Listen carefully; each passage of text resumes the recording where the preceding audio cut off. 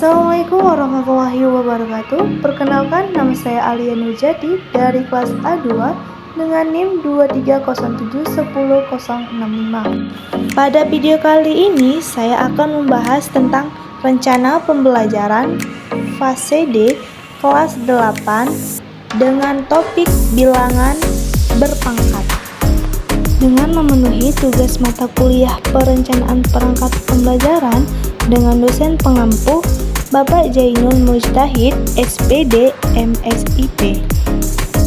Nah, sebelum kita membahas rencana pembelajaran, terlebih dahulu kita harus mengerti apa tujuan kita membahas rencana pembelajaran pada bilangan berpangkat. Nah, apa-apa aja sih tujuan dari rencana pembelajaran ini? Nah, yang pertama itu mengenai bilangan berpangkat positif, negatif, dan berpangkat 0. Yang kedua, menentukan hasil operasi hitung penjumlahan, pengurangan, perkalian, pembagian, dan perpangkatan bilangan berpangkat. Yang ketiga, menyelesaikan permasalahan kontekstual yang berkaitan dengan operasi bilangan berpangkat. Untuk durasi pembelajarannya itu 8 dikali 40 menit. Dan materi pembelajarannya itu ada bilangan berpangkat positif, bilangan berpangkat negatif, bilangan berpangkat 0, sifat-sifat bilangan 0, dan aplikasi dalam kehidupan sehari-hari. Rencana pembelajaran ini terdapat strategi model pendekatan pembelajaran.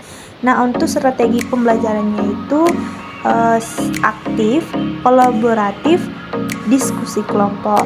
Nah, untuk model pembelajarannya itu yaitu problem based learning (PBL), dan untuk pendekatannya itu pendekatan kolaboratif.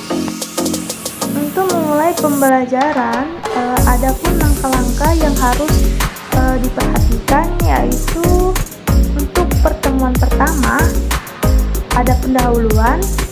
Pertama, salam dan berdoa dipimpin oleh peserta didik. Yang kedua, guru menanyakan kondisi dan mengecek kehadiran peserta didik.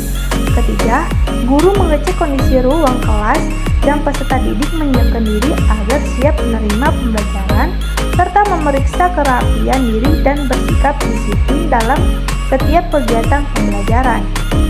Nah, yang keempat, peserta didik diberi pertanyaan pematik persepsi. Yang kelima, guru menjelaskan manfaat dan tujuan pembelajaran serta materi melalui tayangan PPT. Keenam, peserta didik duduk berkelompok heterogen 4-5 orang. Pembagian kelompok telah dibagi oleh guru sesuai hasil asesmen diagnostik kognitif. Kemudian D, kegiatan inti.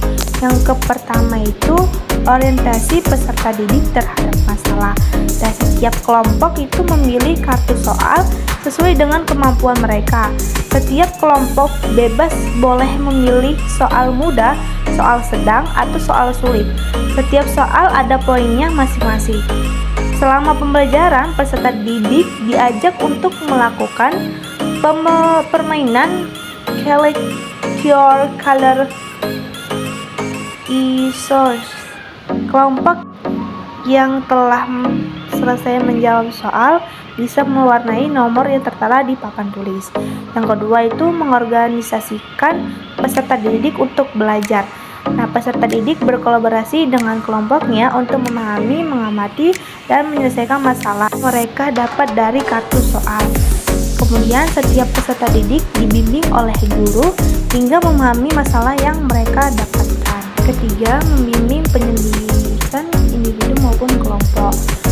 Peserta didik menyelesaikan masalah yang tersedia dalam kartu soal dan dituliskan dalam LKPD.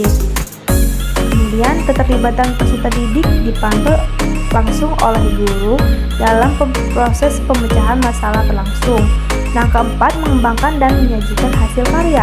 Setiap kelompok itu menghasilkan solusi dan menyiapkan hasil diskusi tersebut untuk bahan presentasi.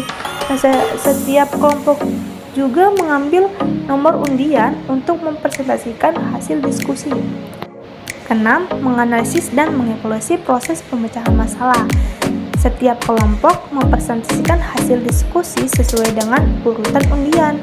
Nah, peserta didik yang menanggapi peserta kelompok lain itu memperoleh poin 2 untuk tambahan nilai kelompok.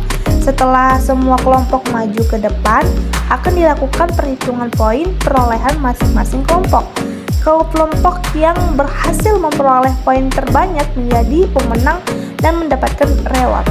Peserta didik membuat kesimpulan dengan membimbingan guru. Dan yang terakhir itu ada penutup.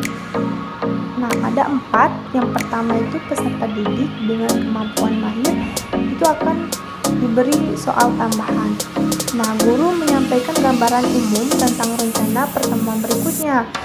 Guru juga mengingatkan peserta didik untuk belajar di rumah.